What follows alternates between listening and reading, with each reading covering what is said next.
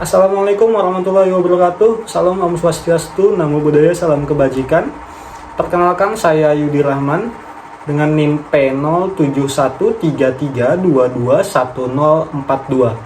Saya dari Poltekkes Kemenkes Banjarmasin, jurusan Kesehatan Lingkungan, Program Studi Sanitasi Lingkungan, Program Sarjana Terapan. Dengan merajalelanya kasus korupsi di suatu negara, terutama di negara Indonesia, perlu adanya pemberantasan korupsi.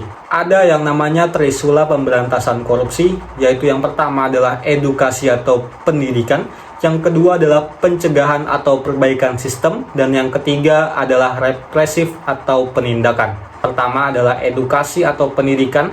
Hal ini digunakan sebagai tameng sebuah negara untuk mengurangi atau menghindari terjadinya korupsi.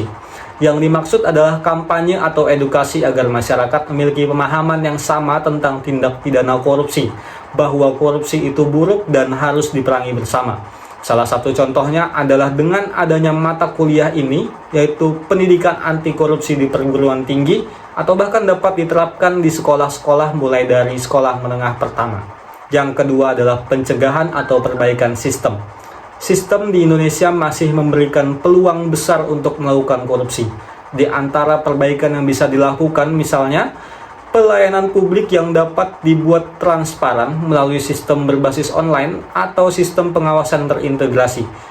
KPK juga mendorong penataan pelayanan publik melalui koordinasi dan supervisi pencegahan atau Korsubgah, serta transparansi penyelenggaraan negara yang disebut PN. Yang ketiga adalah represif atau penindakan.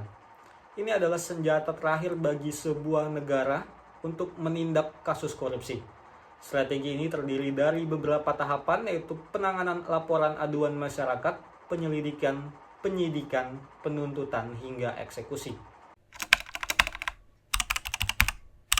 Saya sangat menunggu dan berharap RUU PATP atau perampasan aset tindak pidana agar segera disahkan menjadi undang-undang.